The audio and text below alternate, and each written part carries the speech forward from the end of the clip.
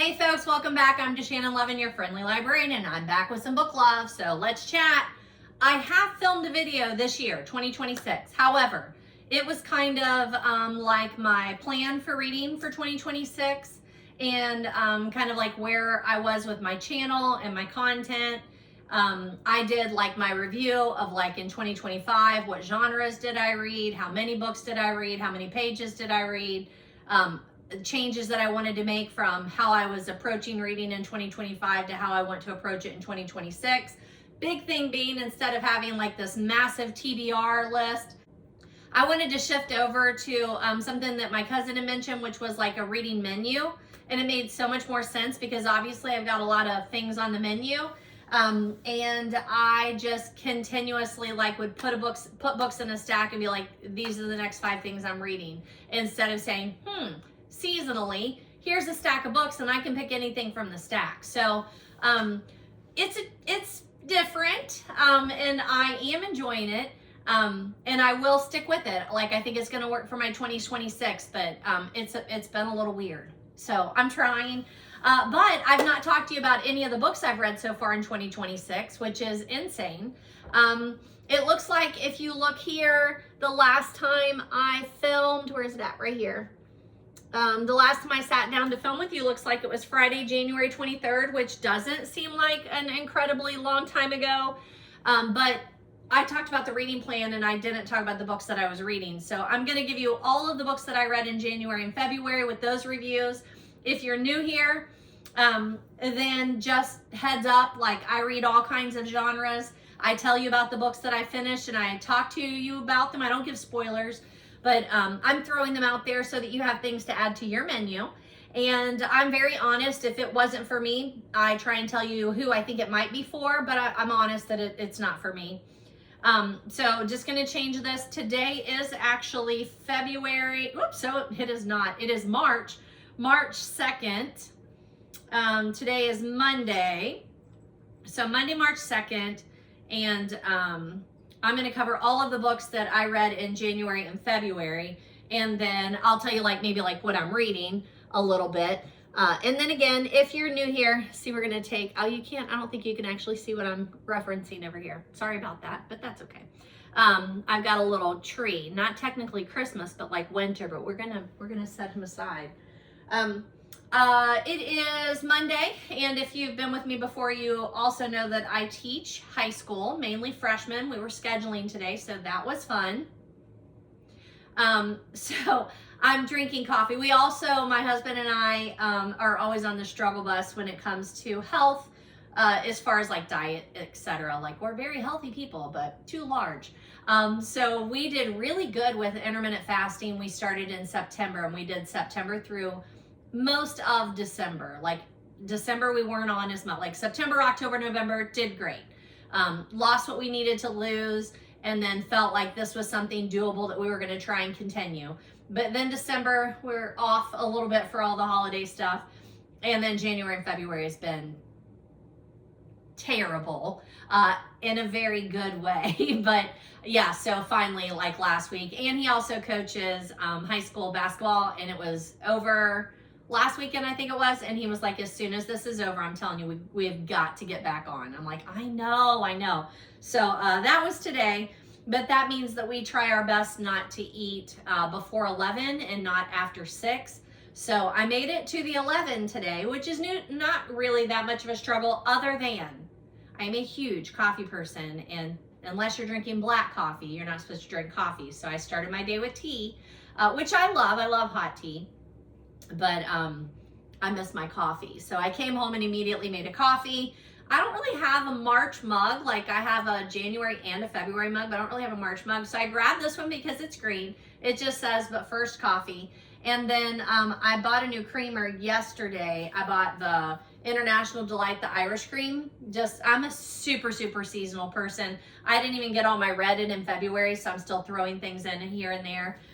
But so I thought we'd try this. So just showing this one to you so you know that that's my drink for today. It's some coffee that, again, my husband bought for me for Christmas. I don't even know what it is. It's Ethiopian blend, I think. I don't know. But it's decent. And then just a little creamer in there. So this is how we're going to carry on. The other thing is with basketball, he does exit interviews with the players. So he calls them in and then tells them what strengths that they have for the team, and then where he thinks they need to work for the next season, or if they're seniors, like it's an appreciation kind of thing. So he was doing that today, and he was like, I don't think I'll be home until probably 5:30 or 6. And I'm like, I'm gonna film a video. So I probably need to silence my phone. It's silenced. But his is an emergency call, so it'll come through anyway, right? But I was like, perfect time to actually film. So I'm gonna film. It's probably gonna be a long one. I don't get negative feedback for how long the videos are though, so I'm not gonna beat myself up about that. And as always, I am trying my darndest to film more often, so that the videos are not so long, but you know what, it's just life, and I've yet to be very good about that. So I'm not sure what all you can see, because even though I'm filming on my iPad, it doesn't always show me exactly what is filming. Like I feel like sometimes things out of the frame when I'm filming show up when I'm editing, so whatever.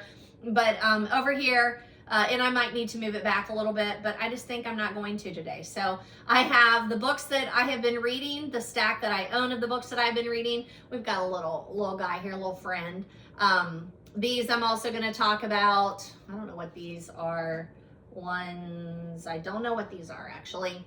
And then this is my reading menu for the week. So I've been doing this. I did this all last year and I really liked it. Every Sunday I would focus on making my reading stack of like, hey, here's what I'm gonna do. You're gonna hear the door because Stella's trying to come back in, but we're gonna give her a minute, but she's my dog, so that's okay. I'm being humane here. And it's not bad out today at all. I'm in southeastern Ohio. But last year I had a Pippi post and I just did a book quote every week when I did my Shelfie Sunday. But this year I had this out. It was a countdown to Christmas. So they're Christmas themed, but a friend of mine made these for us. And so I asked her, like, how did she do that? Cause I was going to make some that are just reading themed to use for my week. It really glares, so it's hard for you to tell, but like I've been putting like how many books have I read so far in 2026, and then changing that and taking that with my weekly picture. And of course the angel that I asked, like, how do I do that? Or like, what pattern did you use or whatever? She's like, I'll just make them for you. So she's going to make the blocks for me. And then I have like bookish paper. And I think she's even given me the numbers, but even if she doesn't, like the numbers are easy to find. It's just the pattern, because they were these really cool, like they're very sturdy boxes, and then they fit in here, right?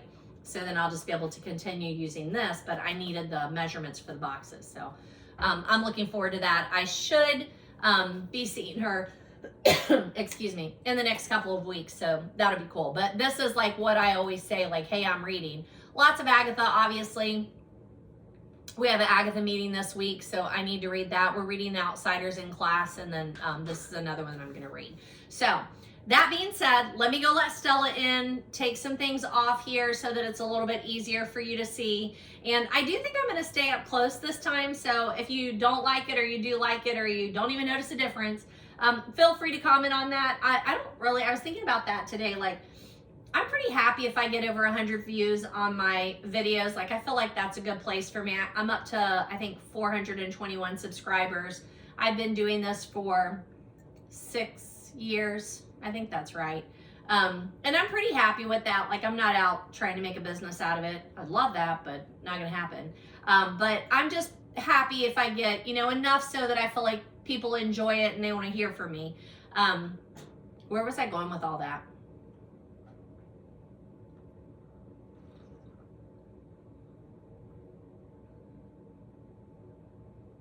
I have no idea where I was going with all that. I don't know. Oh, I know. But I was thinking today, I don't get a whole lot of engagement about the video. So like some people in my real life, or somebody will comment on Facebook. I get a couple of comments on my videos, but honestly like a handful every once in a while, which is fine, right? But I was thinking that today, like I don't get a lot of engagement. So sometimes when I have questions, like I wonder if they like this better or that better. I just usually, even if I ask the question during the video, I don't get a whole lot of response. So there's that, right? It just is what it is. All right, let me change this around, go let Stella in, and then we'll continue. If you like that book chatter, you're in the right place. So stick around, get yourself something lovely to drink. and just sit back. And then I always say, you don't necessarily have to watch my YouTube videos. You can always just listen to them. I just like the YouTube format because I own so many of the books. And when I'm doing like book hauls, I like for you to see them. And I'm expressive. I'm a teacher, so I think I'm more expressive on video than maybe I am on like just listening. But you know, everybody's lives are different. If the best way for you to hear and be a part of the book chatter and enjoy this video is to listen, you can absolutely do that. All right, I'll be right back. Okay, we'll start here and see what happens. Again, I'm at the end of my day, so I hope you're okay that I'm not in full hair and makeup here, but I'm at the end of the day, but I'm okay with that, so I hope you are too. I'm gonna move some of my little guys down. My Secret Santa gave me this, and I brought that up in the first video, but he's so cute. He's been a nice addition here. It's about time for my cozy up with a good book, but it has peppermint in there. I think it's time for that guy to go away. And then I'm gonna move this guy, my little bookworm. So I'm gonna move those guys over just so they don't fall in the midst of a conversation here. So the first book that I read and I want to talk to you about, the first one I did in 2026, was this Hygge and Kisses. So this was a big word, I would say maybe back in 2018, 2019, maybe it's the first time we started really hearing about it. And then definitely during COVID, it was a big thing that you're trying to create Hygge in your life. And this was interesting. I definitely picked it up because I love the cover and it has that word in there. It was my word of the year one year. I don't know what year it was, but it's a fictional book. It was okay. Like I enjoyed it while I was reading it. I took longer than necessary to read it because it wasn't one that I just couldn't wait to see what happened next. It was definitely more of a cozy read, not a mystery, but like a cozy, more like romantic read, but not even really romance, just kind of life, right?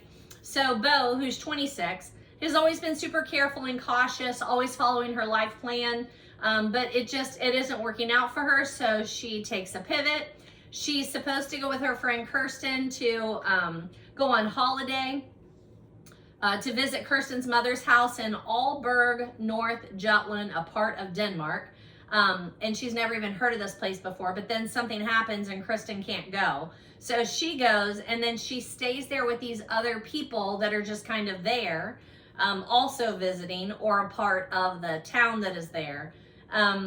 And, you know, they form relationships. It's again, very normal, regular, nothing crazy going on kind of friendships and romances. It was okay. I didn't love it. It's put out by Simon & Schuster, but it does have like, you know, one of the weird like pound system things for $7.99. So I'm sure it was a bigger hit maybe in Denmark or on, you know, foreign. That would be what I would say. But it was decent. What else do I want to tell you about it? I did pick it up secondhand. It definitely honors the title of Hygge. Like they are all creating a space that is cozy and comfortable. You start out in London, so you do get a little bit of London talk. That's where Bo starts. The setting is a big deal when you're in Denmark. Obviously, it's a Hygge location. You can tell it's written, I didn't even tell you, the author is Christensen, who I've never heard of, but so many elements in the book, and I wrote down things like Mother's Pride, and Mother's Pride was like a brand name, Strictly TV, takeaway instead of saying like takeout, Google Box, scatter cushions instead of like throw cushions. So they were just those little things that told you were reading from a different perspective. It was a decent storyline. It was just very slow, which January should be very slow, right? So I think this sums it up. On Goodreads, I said, not a thriller, not a page turner, just a single girl trying to figure out who she wants to be. It's good.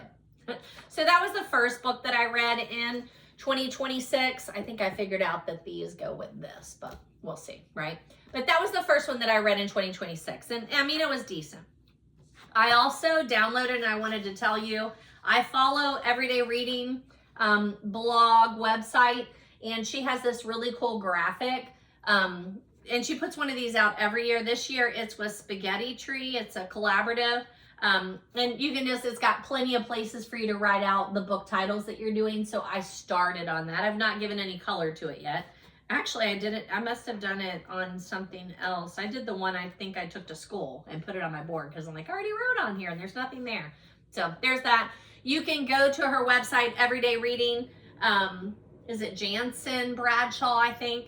And when you put in your email, she will send it to you. Okay, so throwing that one out there. The second book that I read, I listened to, was an audiobook. It was Jen Hatmaker's Awake. I thought I had read something by Jen Hatmaker before, but when I got to reading it, I looked back and I had not. I think I might own some books by her, and I've just never read her. So she, I'm going to call her a Christian author, writing from a Christian point of view.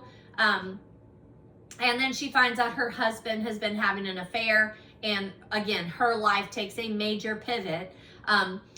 This still has a lot of religion in it, but it gives her that perspective of when something like that happens and it is so far out of how you've lived your entire life or what you're expecting to happen, how it gave her a moment to stop, pause, and look back. And then she goes back and says, like, it sounds like she grew up very much in the same time that I did, in similar kinds of church circumstances.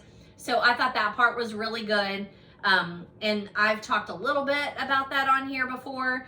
And I think the way that I normally try and say it is I owe a lot to the church that I grew up in and the youth group that I grew up with. And it definitely shaped me into the person I am today. And actually, my husband and I were in the same youth group. We didn't date when we were in the youth group, but we did after we got into college, etc. And then married, and that was 30 years ago. But some of it was humorous, the way the culture was back in the late 80s, the culture that was around churches, specifically Baptist churches. I don't think she says Southern Baptist, and that's what we were, but it's definitely that same kind of culture where youth groups really took off. We went to conferences, we went to camps, we went to concerts. Like, it was a big thing. You had t-shirts, you had memorabilia, music was great, and it was just catching on to have like our specific kind of religious music. So that part was interesting. So her whole take on organized religion and then culture, I think is a better word for that, is more where she is, and then how that formed some of the decisions that she made that, you know, in the future just did not serve her well. I think that's a good way to say it. I had two different people in my real life that recommended this book, not necessarily to me, but just recommended the book. So I'm really thankful that there's that community out there, you know, on Facebook or Goodreads or when we're on weekends and they're like, hey, I read this book, it was really good. And that's the reason I picked it up. Hatmaker would call them witchy friends. When we get together, we often say we're kind of like a reading coven. There is that. I was somewhat familiar with Jen Hatmaker's story, probably the before, and I knew the divorce had happened, but I don't know that I knew like what happened afterward. And I don't think that she spends too much time talking specifics. Like, you get the whole story, right? But sometimes whenever this happens, I feel like I've been duped if I start reading and I don't realize it's going to be a book about divorce, right? So I would not say this book is about divorce. I would say this book is about transformation. That it's something happens and she has time to stop and reflect on how she made choices, who she turned out to be, and then how, you know, the rules, life just didn't happen like she thought it was going to, and how it changed. I think she's super honest, and I think that is, I really appreciate that. I feel her struggle, I feel her doubt, I feel her, this is not what was supposed to happen. Like, I feel for her. I just really, really enjoyed it. Yeah, so highly, highly recommend. So that was the second book, and I listened to that. The third book was also an audio. It was The Washing Away of Wrongs by G.M. Malliet. I have read all of the books previous in the Malliet. It's the Max Tudor series. This is book number 8, and that is a series that I started reading a couple of years ago. And I've continued to read that. So I started talking about this series back on episode 27, if you want to go back and look at those. But then I have talked about this series continuously, G.M. Malliet's series. G.M. Malliet has several other book series and books that I keep saying I'm going to read, and they're like right here. And I just haven't gotten to them yet, but I love the Max Tudor series. I think it's very well done. So I would recommend, if you make out your like reading calendar, like there are some books that I know I'm going to read, but I know that it's better to read at a different time. I would highly recommend picking this series up in the autumn, because the first book in the series is Wicked Autumn, and then Fatal Winter, so that works out well. Pagan Spring, speaking of witches, Demon Summer, and then Haunted Season, Devil's Breath, and Prior's Wood, and the Washing Away of Wrongs. I think that catches me up on the series. I have another book by her, but it's called the St. Just Mystery Series, and it's Death at the Alma Mater. I say her. I'm pretty sure it's a her. I can't quite remember, but I'm pretty sure it's a her. But it's written from Max Tudor's point of view, and he is does he call himself a minister? I feel like he calls himself a minister. And as the series goes on, developing his family, he's in a very small area. Obviously, there are a lot of murders in the area, so just like Jessica Fletcher, you should be concerned if he's around your area. But he often, it takes place in this small area, but then he often will go to neighboring things by book 8 and help them with mysteries or suspicious deaths, right? It's definitely an academia mystery in this particular one, because he goes to visit a university college. It is dark, but I would not call this dark academia. I do suggest that you read the series in order. I wouldn't pick it up on just this one. If this sounds intriguing to you, go back and read the first one. And I say that because you get his background. He is a former MI5 agent. I think that's right. And then he turns to the priest, minister, I can't remember what he calls himself, but turns into that life afterward. And then, of course, all of those skills help him in his current day endeavors of solving mysteries.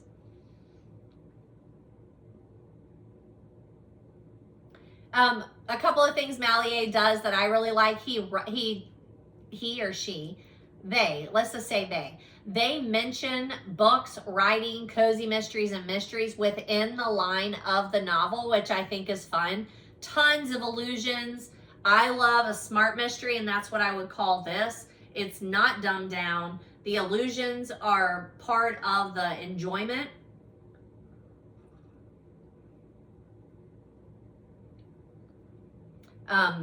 Obviously, the Bible is referenced a lot because he is a minister.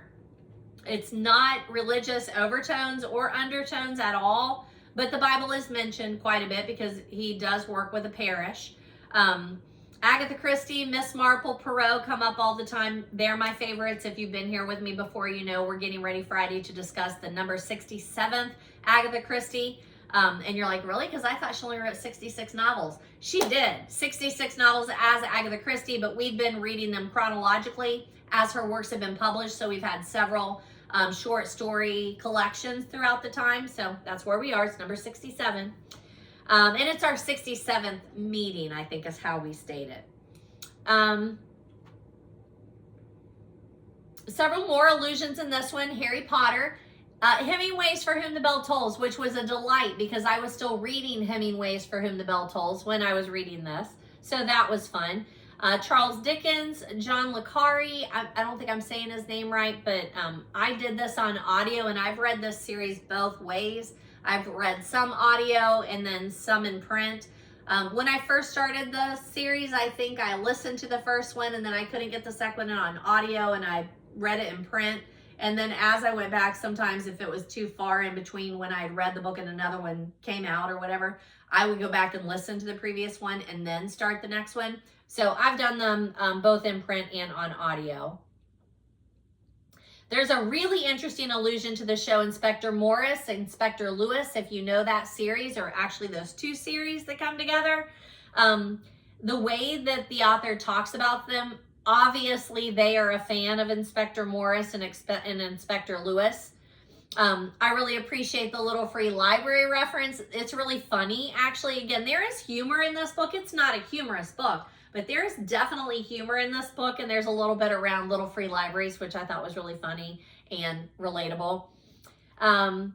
This is one of my traditional top like mystery series. I really, really enjoy this one. Highly recommend it. It is a little complicated, so if you are not someone who normally does do audios, I would say it's better to have it in print. Even if you're listening to the audio, you would benefit from having the book in print beside you. I love Returning to Nether Monk Slip. That's where this whole thing takes place. Sometimes the books are Monk Slip adjacent, like this one does not take place in Nether Monk Slip. It's adjacent to that, but he's still calling home and talking to his family. I don't want to give too much away there, but he's still calling and talking to his family. I like the slice of life of this. So even though there is a murder mystery, there's an awful lot of just life in there. Relationships, very clever, I would say. He's a vicar. There you go. So not a priest, not a minister. He calls himself a vicar. I don't know the difference. It is a fresh take on the job, though, because he is a former MI5 agent. And I feel like most people know he was in the service of some sort. I don't know if they know he was MI5, but they know he was in the service somehow. Malliet deserves, it says her, so there you go. Her appointed Agatha Award. She definitely brings a lot of Agatha Christie's plot lines, plot mechanics, where we look for hallmarks of Agatha Christie. There are a lot of those in here. Vocabulary, subtle humor, not like overt humor. I could re-listen to these over and over again. They are that clever and complicated. There's a bit of language, but I would say that's as edgy as it gets. Like, it just doesn't go that way. But a little bit of language. If you go to the website, Malliet's website has a map of Nether Monk Slip. It says it's 2 hours from London, so you can kind of get an idea of where that fictional place is. It's out in the English countryside, which is lovely. DCI Cotton is not in this one because, again, it's not in Nether Monk Slip. But I highly recommend it. I think that you will really enjoy it, especially taking your time. Was that number 3? Yeah, that was number 3. So number 4 is Agatha Christie's Cat Among Pigeons. So that might be where all these little ones are coming from. Is that this? Nope, that's Pale Horse. So I'm a little confused. I have... Yeah. Oh, it's here. That's because I haven't made my notes on it. That's how behind I am. So Cat Among Pigeons looks like this. Look at that cover. I don't know if you can see down there. It's just a cat, but it does have jewels all over because jewels definitely play a part in the story. There's a Hercule Poirot illustration up here, but I'm not sure who that Hercule Poirot is because it's definitely not our Suchet, David Suchet. But this was a fun one. I really liked this. Again, you're in academia, so you can call it dark academia if you want to. It is Hercule Poirot, so not dark Marple. I enjoyed this one. This was our number 64. It's number 36, Hercule Poirot, but number 64 in our chronological reading of Agatha Christie. We follow the chronological list that's on the official Agatha Christie website. We click on that list, and that's what we follow. We vary if like an adaptation's coming out and we want to see the adaptation like in the theater. So like Halloween Party we read, Death on the Nile. I think the other one came out before we started reading. We started reading in 2022. It isn't one of my top reads, but I did really enjoy this one. I enjoyed that it was that academic setting. It doesn't start in an academic setting though. It starts in a foreign country. You have spies, you have hidden jewels, but it does end up at an all-girls school. There are male characters, but an all-girls school. And then again, Hercule Poirot comes in to work with the main, like the headmistress. And when he's working with her, then he helps with the murder investigation. Yeah, I'm like, doesn't he? Yes, he does. Excuse me. He makes a very late appearance. Hercule Poirot does in this one, which is not uncommon for Agatha Christie to make Miss Marple or Hercule Poirot show up later in a story. Not uncommon. I don't usually like them as much. It is very much a nice mix of spy, mystery, plus this country setting and academia. We have lots of Christie hallmarks, jewels, masking, illusions. There's a plethora of characters in this one, which Agatha takes a beating for all the time, which she's just got too many people out there. But in the American edition, so we usually talk about this if you're an Agatha fan, usually the American edition will have a cast of characters, but you do kind of have to be careful when you're reading those cast of characters, because sometimes it gives a little nudge and you have some preconceived notions of some of those characters. But it's really helpful in one like this. Like several times I went back and looked to see what did they say about this person. And then especially when we were discussing it, then it was really helpful for that too.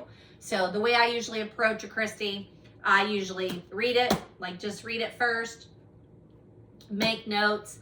Then I go looking for the adaptations and the back stuff. So like the Wikipedia page, I just Google to see what else is out there. I look to see about the adaptations. And then I've got those reference books that you saw at the beginning. I've got a couple of reference books and I always look it up from there. And then I make my notes and then we have our meeting. So, it's a bit of a process. I really enjoyed it. I read the print edition of this, but then I also listened to the audio and it's always well done. But that is Agatha Christie's Cat Among Pigeons. And that was my number 4. My 5th one was another Agatha Christie. We actually did them at the same time because we wanted to read them during Christmas. And that was The Adventure of the Christmas Pudding. So I had pulled down this a holiday. It's a little difficult, but I had pulled down this a holiday for no, I didn't. Not this one, because I just picked this one up. So this goes into my book haul, but I'll go ahead and show it to you. My husband and I on Valentine's went downtown to eat. And we went by this place called Tim's Picks. I'll show you that. Down in Over the Rhine. Tim's Picks, OTR. And he had this. It was $5. It was a nice copy. I mean, look at that cover. Isn't that lovely? But I picked this one up. But we had already read A Holiday for Murder, so that's not the one I'm trying to tell you. I am trying to tell you about... I don't know. I don't see it, but it's the adventure. This is a little confusing. The Adventure of the Christmas Pudding and Other Stories. I know why. Because we had already read Adventure of the Christmas Pudding and Other Stories. We had already read all of the books in that selection except for Greenshaw's Folly, which is that in this? No, because this is plays. I don't know. But we just had not read that one. I don't know. So that was the one that I added to my list. That would be the number 5 one. And I actually finished, we had actually read this back in December of 2021, but we didn't do Greenshaw's Folly for some reason. I don't know why. So we went back and did that. We read other short stories in the collection with other collections that we've done up until now. So I just added Greenshaw's Folly and it was really good. Not only was the story good, but the adaptations were well done. But another one of those that the adaptations kind of really go away from the content.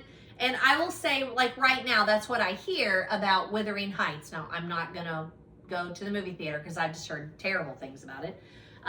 But when it comes out, I'm sure I'll throw it out there somewhere. I'm not very good about watching adaptations afterward. Like I'm always excited they're going to do one. And then I'm like, I don't know. Do I need to watch it? Tell me if I need to watch it.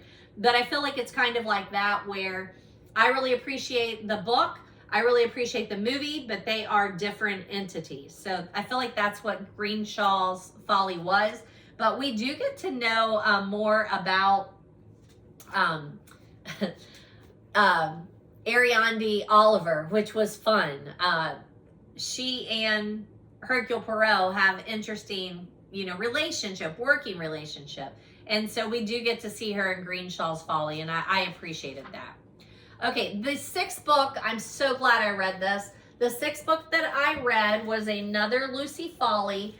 I like her. She's very much a modern mystery thriller author, And I think I even have some more books. Should I look at that and make sure I'm telling you the truth? Yeah, I read the guest list so far. Actually, I don't see that I own any more of hers. I would be surprised if I don't. But I had this one, and I saw at some point, like in December, I think it's coming apart here, but I saw that it opens up. Oh, yep, see, it's coming out. It opens up Chapter 1, Heather, now January 2nd, 2019. So I was like, ooh, I'm going to put that aside and start it on January 2nd, 2019. I love that. I should do a breakout video on that because I do keep track of it on my other notes of like books that open up on a specific calendar date. I don't know why I find so much enjoyment in that, but I do. And it was perfect. Woo! Oh, knocked my coffee over. It was perfect to start reading January 2nd. Because then you go back, and this happens between Christmas and January 2nd, I believe it is. It happens between that time. So I really, really enjoyed it. It was Reese's book club choice, or no, sorry. I read Reese's book club choice, the guest list, in March of 2023, and I really had a good time with that. I thought that was a really good one. It's a very quick mystery. I wouldn't say that I remember a lot of details, but I remember reading it quickly because I was so interested in it. It was very entertaining. Suspense, thriller, that was set on a remote island and there was a wedding taking place. That was super fun. This felt very much like that, like the danger aspect is there. It's very stunning for a murder mystery because a group of friends go on a trip together. They don't spend a lot of time together. They have weird relationships and they go through all these relationships so that you know the connections, how everybody became friends. Like it goes through that whole thing. But as all that is unfurling, you know that somebody has died. While they are there, somebody has died. You don't know who. So you just keep getting like little pieces of stories and you'll like start reading their story like, well, I guess it wasn't Emma or I guess it wasn't Sam or whoever, right? And I didn't give anything away there, I promise. But the way that it unfolds and you get to know each of the people and unreliable narrators falls in here because if they're telling you their story, you're not quite sure who the victim is and you're not quite sure who the perpetrator is. So very fun. I know that just like the guest list though, some people are going to be instantly turned off because it is a multiple narrator, like every chapter is told by the person it's about. And some people just don't like that multiple points of view, so heads up. They are both, the guest list and the hunting party are both reminiscent of like, and then there were none, Agatha Christie. So again, why wouldn't I like that, right? But very reminiscent of that, like modern whodunit and like process of elimination. As people are, getting killed off, like not everybody, but people are getting killed off. This does take you to the very last chapter. So if you're someone that like you like to kind of know what's going on, nope. Until you get to the very last chapter, you are not going to know the whodunit. And that's going to help you figure out who the body is too and why. The whole cast is unlikable, and I used to have a problem with that prior to Gone Girl. And then when I went to go hear Gillian Flynn speak, she's the one who said, if you need to like your characters, like don't read my books. And I was like, oh, that's why I didn't like it. There's no one to root for. But after I realized that was a problem, as long as I know it's going to be a book like that and I approach it like that, it doesn't bother me. And I do apologize. I meant to show you earlier, like see how my little lights are on? Like there's one there, one there. I think there's one down here. Yeah, you probably can't even see this one that's behind me. But then this guy is not working. But it's March 1st, so I'll refresh batteries and try again.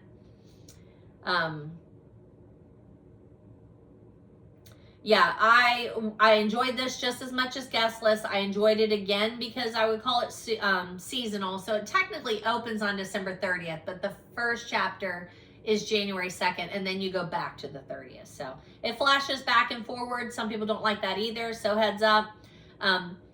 It may be an easy read, but I would say that it definitely pushes up the reading level with like very well selected vocabulary and the complicated scenes and plot. So, I think that might be the thing right now. Like when people are reading, it's hard to recommend books to people who have not been readers in the past, because reading gives you the stamina to read more, right? And to read more complicated things. It gives you the patience to read vocabulary that maybe you don't know. You learn to just either use your context clues or maybe jot it down. But if you're someone who has not read a lot in the past and all of a sudden you're like, daggone it, I'm going to become a reader this year. This is one of those books that I'm like, well, hey, high interest, you're really going to like this. But if you are not used to reading, this might be a bit much, because it is very complicated, switching point of views. That is difficult. Going back and forth in time, that is difficult. So you just kind of have to figure out what you're willing to do, what you're willing to read. But I highly recommend The Hunting Party by Lucy Foley. Highly, highly recommend. The next one's another Agatha Christie, and that would be, what is it? The Pale Horse. Not a great cover. This was just a, so-so edition. This is the St. Martin's Minotaur edition. The Pale Horse, I'm glad that we were doing this, because there has been an adaptation out there of The Pale Horse. And so I just have been waiting. I didn't want to watch it until after I read the book. I am so glad I made that choice. So I hope you did the same. I don't know why I have my Wikipedia printout, but I don't see my review, which is kind of weird. Oh, there it is. Yeah. So let me look at my Goodreads review there. This was our number 66 read of Agatha Christie, The Pale Horse. We read it and discussed it back in January, looks like. I don't think that's right, but maybe. Anywho, I really enjoyed reading The Pale Horse. Like, I put it up at the top of my Agathas. Not very top, but like up there. And I'm not good with like completely numbering or ranking them. But top 5, top 10, like I really like this. I moved it up there. We moved into the 1960s of reading Agatha Christie's, which makes a difference. The title is a biblical reference. And it is used within the novel several times. You don't need to know any background of it, but it's helpful. This book is heavy on the supernatural, magical. You don't know what's supernatural and what somebody is manipulating. Witchcraft, mediums, seances, it's all in there. We don't have a Marple or a Poirot. We have a new main person who's Mark Easterbrook. Let me just say ahead of time, I read the book, I did the background work, and then I watched the adaptation. This is definitely one. The book is over here. The adaptation is over here. I enjoyed them both, but this has no business calling itself this. It just, no. We talk about that in my book club too, which you're always welcome to join us. We Zoom every 3 or 4 weeks, and I can always send you that information if you ask. Yeah, just the adaptation made me a little angry for Agatha. The family agreed to it though, so whatever. Maybe they know her better than I do. But changing the essence of the characters or the essence of the plot, I take real issue with that as an Agatha fan. And I know it's complicated. You could do like a whole talk about this. Sometimes I think when I do these videos, like if I met you people in real life, we could like have great conversations. I get it, but so disappointed in that adaptation. They changed the character. They just changed so much. It was really good. If I were just watching it and I had not read the book, I would have appreciated it more. I really would have. But yeah, Mark Easterbrook is an antique dealer. He feels like he has a moral obligation to solve the case after he kind of gets involved. Because he has figured out that something nefarious is happening and he can't just let it go, which I totally get. That's fine. I like him. I like the character Ginger very much. I think that they make a very effective Agatha sleuth squad. I enjoy them. Lots of hallmarks of Agatha Christie, the superstition, poison, illusions, alibis, inheritance, family dynamics. It is all in there. Love affairs, like it's all in there. Lots of characters as usual. It does, how did I say that? It does come with a list of names, does it? this one didn't. I think I had to look it up. And the list of characters helped once I had it afterward. Yeah, because it doesn't, it's like it's got it in here, but I don't have it. I think it was because it was on my Wikipedia. That helped to have a list of the characters. Oh, within the story, that's what it is. You don't get very far before somebody reads off a list of names, and that helps you like put the pieces together. There are several adaptations here. It has a BBC radio production that's very well done. I listened to that too. Usually those are only like an hour to 3 hours, and a book might be more like 7 to 10, right? So a little bit different there. The newer series definitely is a standalone, I would say, but it changes so much. I'm a little mad. I'm a little salty about that one. But I read the print edition. I listened to the whole audio again. Hugh Fraser narrates it, even though, you know, Hastings is not in here. He narrates it as Mark Easterbrook. But I really enjoyed reading it. And that was my number 7th one.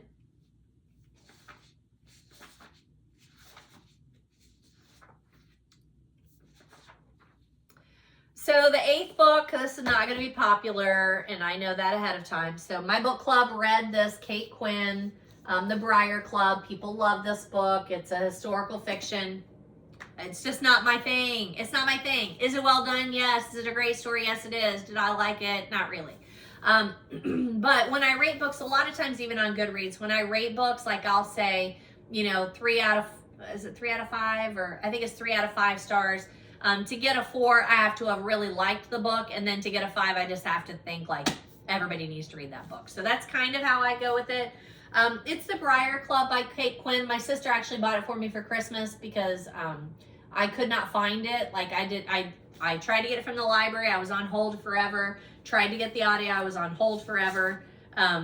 Looks like she bought it at Novel Hearts Bookstore, Arts and Gifts in Versailles or Versailles, Indiana. I don't know which way you say it. I feel like it's Versailles, Indiana, at that bookstore. So I'm glad she got it for me because it took me a long time to make it through this. So even if I would have gotten it from the library, I think I would have had a hard time processing it and then having it with me during the discussion. So throwing that one out there. Did we even get to discuss it? I feel like that book club got canceled. I'm pretty sure it did. I don't think we've even discussed it yet. So we'll have to do that for the next one. Yeah, because it was our book club book choice for February, and then it got canceled. Snow, people had different, you know, commitments. Like it just didn't work out. I would recommend this book for anybody who likes historical fiction, though. I mean, I think that's your wheelhouse. It's just not mine. It also does this marvelous thing where each chapter follows a different character story, which is good. I do really like that. I don't know that some people don't like that, but I really do like whenever you get to know the characters by them telling you their own story. Like I enjoy that. That part I like. The 9th book that I read was an audio, and it was Hail to the Chef by Julie Hyzy, Hyzy. It is the second one in the Cozy Mystery series, a White House chef mystery. Every once in a while I drop in on a YouTube channel, Beach Bum Bookworm, I think is what it's called. And we do a Killing Time with Cozies Sunday afternoons. And, you know, I try and drop in there pretty regularly, and they had recommended reading this together. So I had not read the first one, but I hopped in on the second one, and I enjoyed this. I thought it was fun. Now, I don't think I did the audio. I think I did the ebook. Let me see if I made a note. Yeah, I did the ebook on this. It was an easy read. It was fun. It's from the perspective of the chef, the head chef in the White House. And I think in the first book, she's not the head chef. I think she's just a chef there. But the second one, she is the head chef. I was able to pick up in the second one, like it wasn't so complicated that I was missing too much. Most of the stuff they covered, so I thought that was pretty easy to just step into it. And it was fun. It was good. It was a pretty quick read. I would continue reading this series. I would even go back and do the first one. I prefer my cozies in audio though, because usually like that's what I listen to when I'm walking the dog or doing the dishes or sorting the laundry. I find those easy to, you know, dip in and out of, but it was fine. I still read this like at night when I laid down. I would take my Kindle and read it, and it was easy to read that way. It's like a backroom White House storyline, so you're meeting the people that are working there, not necessarily like the politicians, but like the workers. I liked the banter. I liked the main character. I thought it set it up really well. It also added recipes in the end, so I did not see this book in print, but even on the ebook, like the recipes were there, so that was fun. Okay, the 10th book, this is crazy. So at my open house, at the beginning of the year at our school, we do an open house before school starts, and kids come in and like you introduce yourself to them, they introduce themselves. So one of my students, is going to call him by his first name, Gavin. I met him at that open house, and he came in the room and he was like, oh, I've been wanting to read that book. I'm like, I've never met you. I don't know about your reading patterns, but that's a doozy. Like, I'm not sure if that's the one you want to start with. Like, look around. I've got all different kinds of books, but I mean, if you want to, okay. And he's like, no, I've been wanting to read it. I said, well, you know what? Then I'll read it with you. I will read it while you're reading it. I am so thankful that happened. It is one of the highlights of my 2025. Now, I didn't finish it until 2026 because, you know, it is hefty, and I was trying to mainly just read it at school. So we try to hold on to like first 10 minutes of independent reading. So, you know, we get in, we get started. I tell them to get their books out and open, close those computers. They read whatever they want to read. But they are supposed to stick with, like they're supposed to pick a book and then read it until they're finished and then change a book.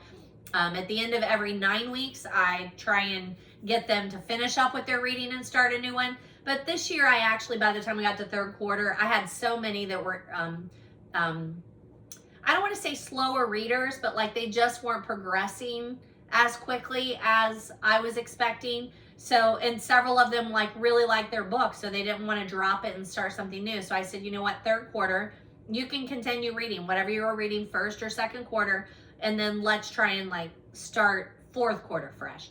That was such a good decision. I really think it's super important to let them pick what they want to read. And Gavin finished this back in November. He read it a lot faster than I did. I was not expecting to like Hemingway. Now, I had read The Old Man and the Sea, and I feel like I had read something else. So no, maybe not. I had just read The Old Man and the Sea. I didn't remember particularly liking it. And then For Whom the Bell Tolls, I knew it was like war fiction, and I don't like war fiction. But, you know, anytime my students are reading something, I want to read what they're reading. I want to be able to have those discussions with them. I want to ask them where they're at, what part they're on. I want them to talk to me about what they're reading. It just really enhances that teacher-student relationship, right? But I was so surprised at how much I enjoyed this book. I want to say loved, but I mean, it is war fiction.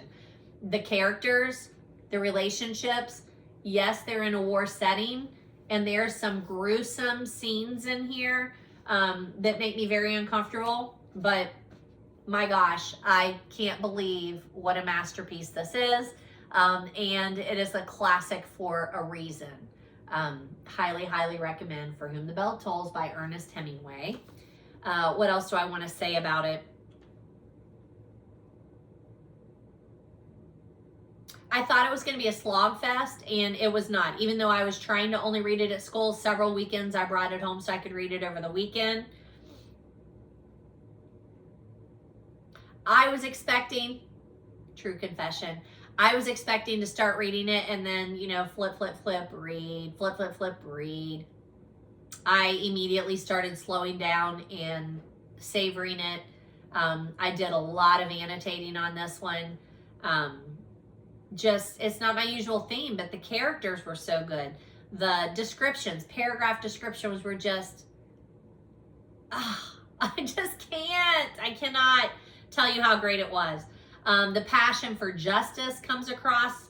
It was just so much better than I expected. It's so much better than I expected. So if you like really great descriptions, I also just didn't think I was going to be a fan of Hemingway because I think, isn't he like a big male chauvinist?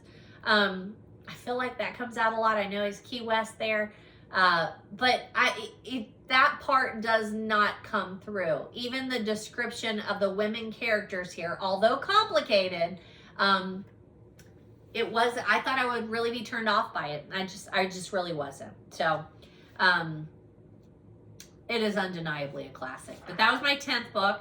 The 11th book that I finished was Winter Sol. Oh, this was The Winter Solstice Gift by Jen McKinley, who's a cozy mystery author.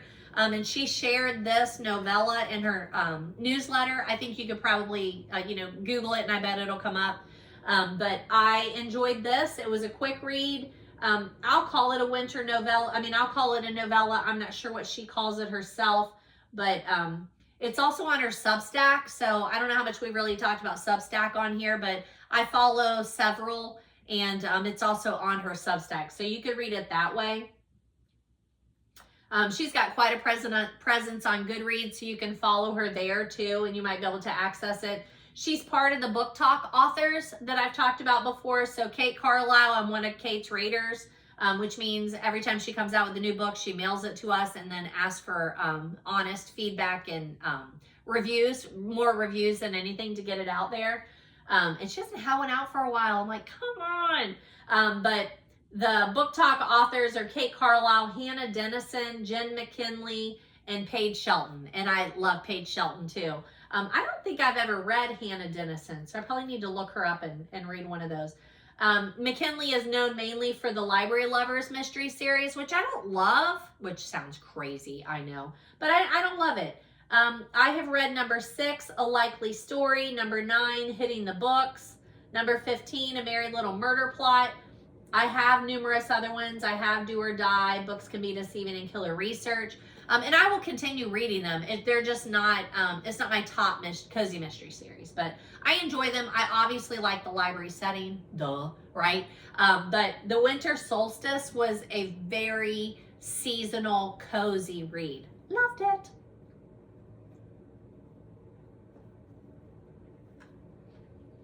My number 12 book. So this is one of those, ruh-roh, I don't have it. Oh, here it is. Okay. I just haven't written them down here.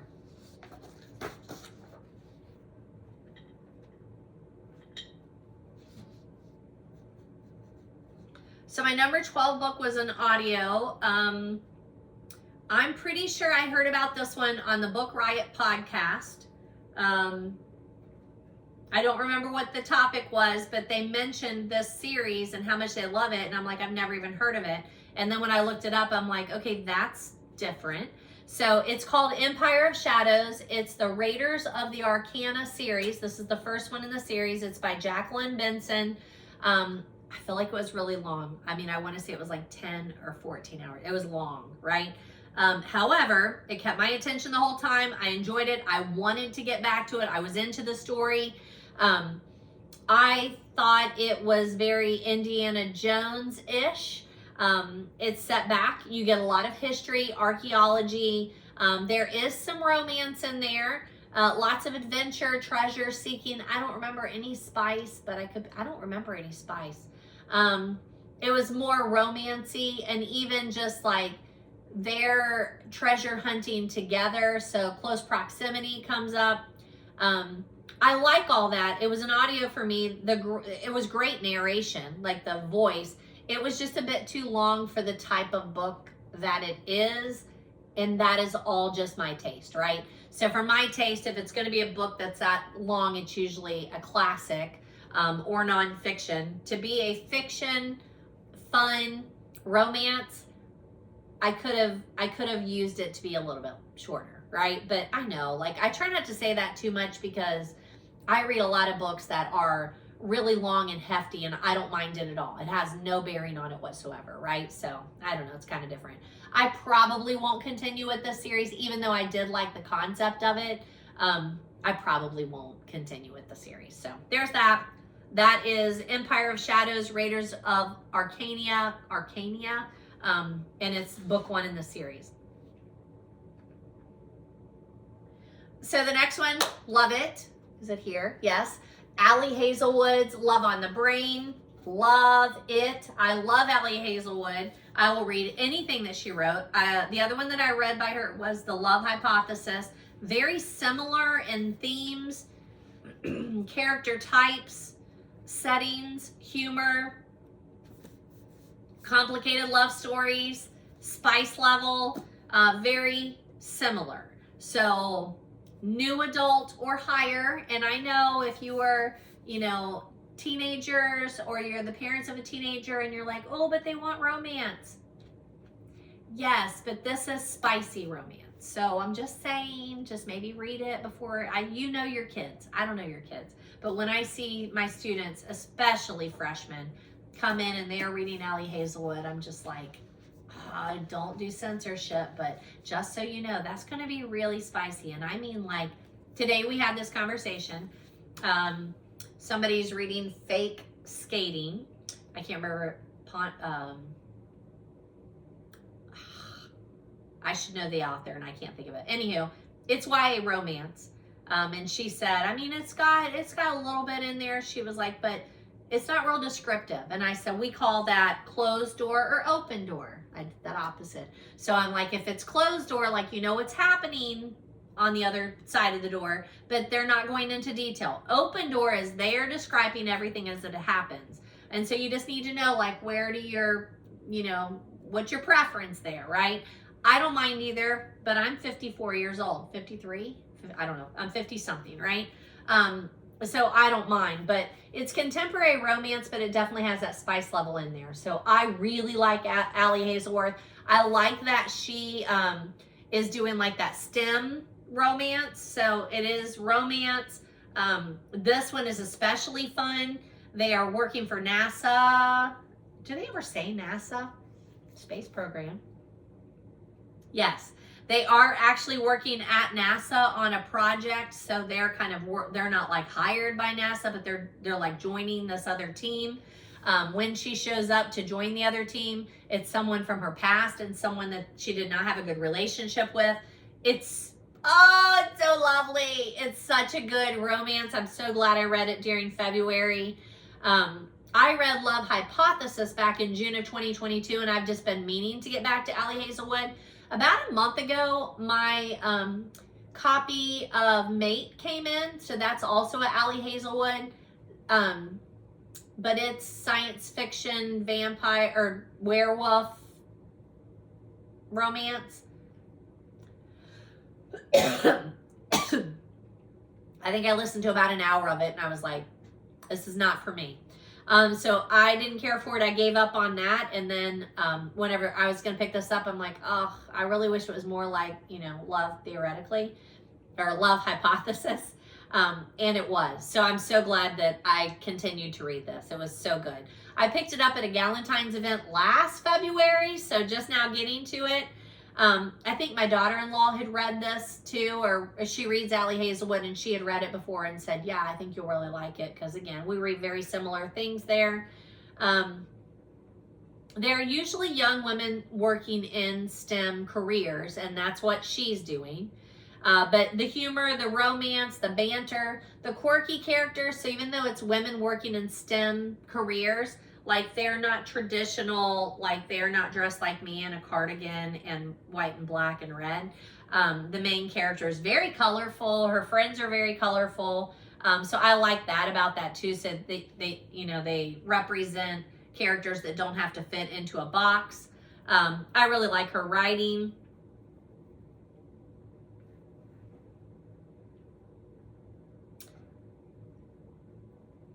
So I'm going to make a comparison that might be, people are like, what now? If you've read Jurassic Park, I love Jurassic Park. I love the series. I love reading them. I love watching them. But I would compare this kind of to Jurassic Park in that, along with a great story, you get lots of scientific information. Now, in Jurassic Park, not all your information is really plausible, or, you know, it can't actually happen that way. But the care to detail of how to talk about it is very believable. So I don't know science. So when they're describing all the things that are like scientific that put this story together, I don't know what's accurate and not. Like, I don't know what they can really do and what they can't.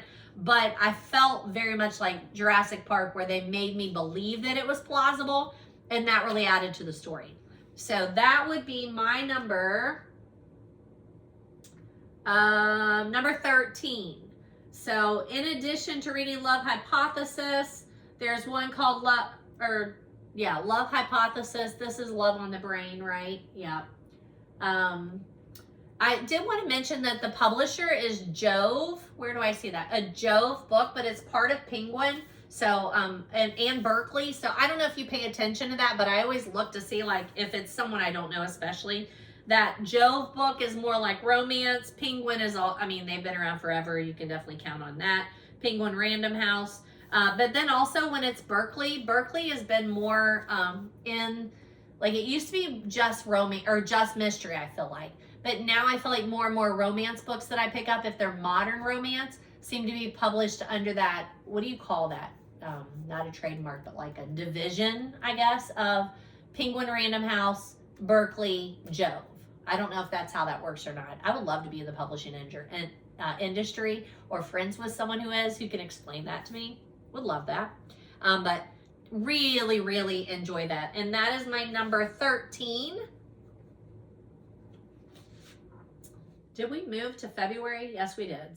And I finished For Whom the Bell Tolls at the beginning of February. So then that takes me to my next one. This is kind of a weird one. So this is my number 14. I've had this for a while. I remember picking it up at Half Price Books because of that cover, because look at that cover. Are you kidding me? But this is a publication. This is technically not a novel. It is Tin House, Volume 18, number 2. It says winter reading, and I think they put out one of these like every winter, so I don't think this just one. It says featuring Mark Leaner and Joanne Beard. I paid $1 for it. I even left the receipt in here because whenever he charged me that, I was like, what now? And he was like, it's a magazine. I'm like, is it though? But okay. But it has some book reviews in there, like from Tin House Books, like they publish their own books, it looks like. It talks about a creative writing MFA. Where is it talking about it from? I don't know. I don't know. But Janot Diaz, I don't know if I'm saying that right, is mentioned. George Sanders is mentioned. It's Cal Arts, so well, California Arts, I guess. I don't know. Powell's Books is mentioned. There's an introduction by the editor, I would guess. And then contents, like lots of them are in there. So you get some short stories, some poetry. Let me find you like some poetry. The short stories, each page has like a, not every page, but a lot of the pages have like a quote that's pulled out. It took me a long time. I've been reading it for a while. It took me a long time to make my way through. There's one short story called Jack London by Atonia Nelson. Could somebody please explain to me why it's called Jack London? Because it's nothing to do with Jack London, so I missed the literary reference if it's in there. It was an interesting story, but I don't see where Jack London came in there. My favorite one was the very end. It's called Zamboni. And when I say my favorite, like it's quirky. It's a woman and a man. They have an affair. It's centered around like them watching their kids play like ice hockey and skating, like ice skating. It's no big crazy story. It's just like a little something that happened here and them talking about it. It's just weird. But that was my favorite read whenever I read the whole thing. Some of them were very forgettable. Some of them were okay.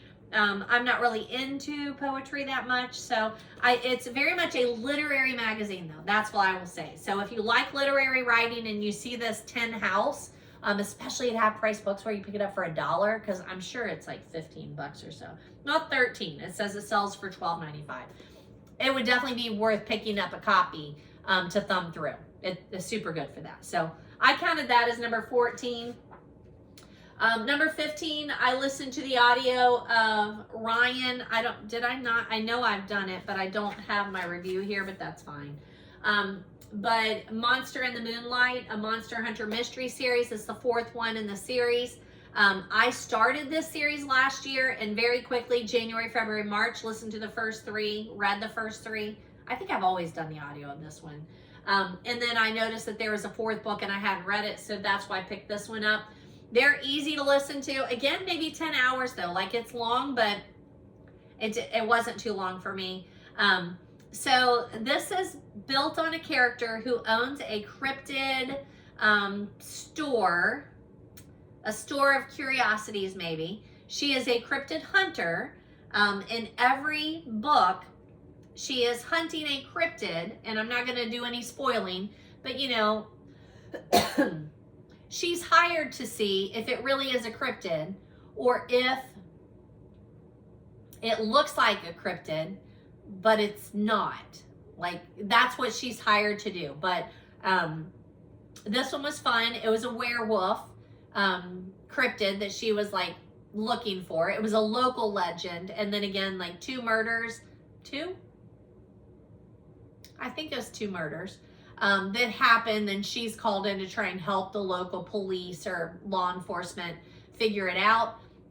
Across the first 3 books, she develops a relationship with the local law enforcement, and this one, that relationship is explained more and morphs a little bit, which I think is interesting. I really liked the main character. I really liked the narrator in this series. I love the dog. His name is Newt, and he definitely is her partner, and I love that. I just really think it's a fun series. I love cryptids. If I could show you out here, I have a 10-foot, you know, we call him Harry, Sasquatch in my backyard that it's either you love them or you hate them when people are like, oh my gosh, there's another Bigfoot statue. But mine's like metal, made out of like rusted metal. And I love it so much. Every day when I pull into my driveway, I'm like, hi, Harry. When I let the dog out, I tell her to go say hello to Harry. I just really enjoy it. I enjoy all of the Sasquatch banter. I am always looking for a good Sasquatch story. This was not Sasquatch. Does she even talk about it in here? I don't know. But she's more cryptid, and this one was a werewolf one. And I've had some good Sasquatch books that I have read, both fiction and nonfiction. And it's another one that I think I would really enjoy doing like a breakout video where I just talk to you about like cryptid books that I've read. So maybe in the future. So that's the last one that I have, and I think that's the last that I read in February. So I'm ending February 15 books into the year. I'm happy with that. January was pretty fast, and then February seemed to be very slow reading for me. I don't know why. But you know, ebb and flow. I did add a couple of reviews out there. I picked up the book Wake by Lisa McMahon. I think it's over here somewhere, but I'm an hour in, so I'm just going to give you a couple things. I'm not going to do much of my book haul, and then I'll just do some of the book haul later. And I think I had told you that before, but I don't want it to be too long, right? But I did add a review out there of Lisa McMahon's Wake. It's the Dreamcatcher, the first book in the Dreamcatcher series. It's a YA novel. I highly recommend it for anybody. I think it's very good. The main character is able to fall into people's dreams. If they fall asleep around her, she falls into their dreams, which, you know, that's terrible. You would never want to do that. But she ends up in someone's dream where a murder takes place. So she needs to figure out if that actually happened. And then when she realized that it did actually happen, why is this person having dreams about it? So something's fluttering out there. I can't tell if it's a bird or not. But super good. I really enjoyed this series. I read it back in September of 2009, so I'm not going to act like I know every detail. But I did go on to read the next book, which the second one's called Fade. And then I read another book by Lisa McMahon called Dead to You that was so good in September of 2010. So I like that she's writing for young adults, and I like her style of writing. I would call them mystery/thrillers. And even though like Wake, Fade, and Gone are supernatural, I don't think you need to be a big supernatural reader to enjoy those books. So there's a good mix of like romance and suspense and thriller and mystery and paranormal. So highly recommend that either for you or if you have a young adult in your life that you're trying to get into reading or just constantly be giving them something to read. So go throw that out there. In addition, let me mention a couple of things before I let you go.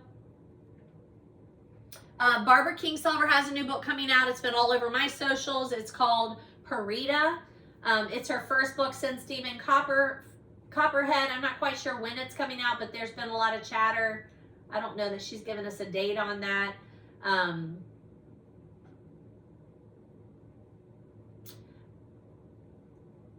There is a new series out with the main character, Anna Pigeon, who is coming from the books. Let me get there. She's a park ranger. Why is it not telling me the books that it's on?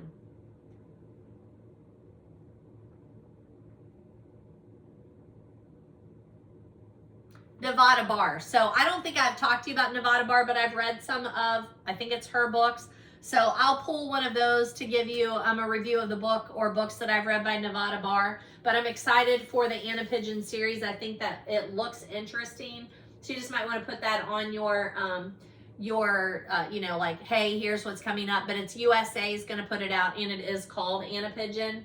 So I would suggest doing that. Leah Thompson is directing it. If you know Leah Thompson, I can't think of what else she's done, but I don't know that she's directed anything before. So I'm excited about that one. There's a couple more. Amazon Prime has been showing trailers for a young Sherlock. I love Sherlock too. I wonder, we always talk about in our Agatha group that what happens after we finish Agatha. Well, then we're going to read all the books that she wrote under her pen names, but then we're going to need to do something else. And Sherlock is often mentioned, so I wouldn't be surprised. But March 3rd, so that's tomorrow, on Amazon Prime, young Sherlock is supposed to drop.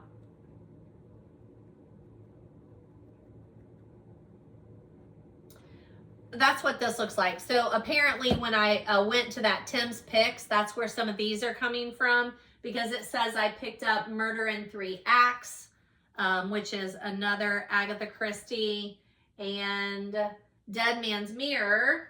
Is that this? Yeah, Dead Man's Mirror. And Murder in the Muse.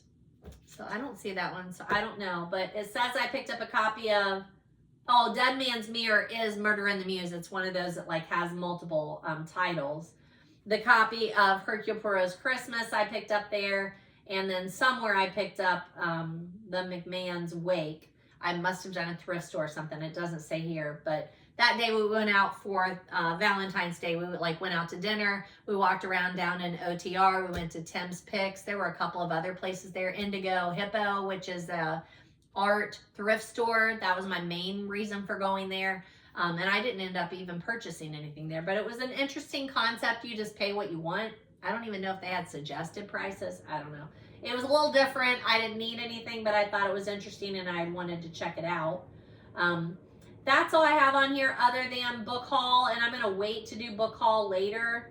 I don't know if I mentioned that Ann Patchett has a new book coming out, but that came up in conversation this weekend.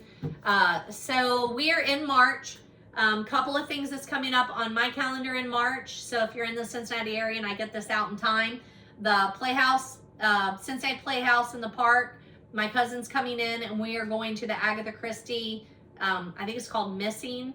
That's in second or third weekend, I guess, weekend in March, but I think it's like already out there. So I'm super excited about that. And then my cousin's coming back in and we are going to Hocking Hills to meet some girls for a bookish weekend. Back in the fall, I think I mentioned it to you, I did a fall box swap with some ladies that I had met years ago in the planning world. And then it kind of morphed into this. Somebody said, hey, you guys all want to meet and we'll just go like have a bookish weekend somewhere. So we rented a cabin in Hocking Hills and we're going to do that for a weekend. So super excited about that. We've been getting ready for that. So those are two things that are on my bookish calendar for the month. And then my t-shirt, a friend of mine got this for me. I think in Asheville, I think that's where the bookstore is that's called Malapropism, isn't it? Or Malaprop, I think. But a malapropism, by definition, this says it's a noun. It's a ludicrous misuse of a word especially by confusion with one of similar sound. So there's that. But I wore this today while we were scheduling, and several kids were like, what now? And I'm like, oh, we'll talk about it later. Because we talk about puns, or we talk about adages or whatever. So they know I always throw words at them. So thanks for visiting today in my lovely library. I'm always happy to have you here. I think our weather is going to start looking up. Hopefully I'll get this edited and out there quickly, and then I can do one that maybe has more of the book haul, because like here's a whole stack of books, here's a couple of stacks of books, of some books that I've had on book haul and I just haven't had time to show you. And happy reading.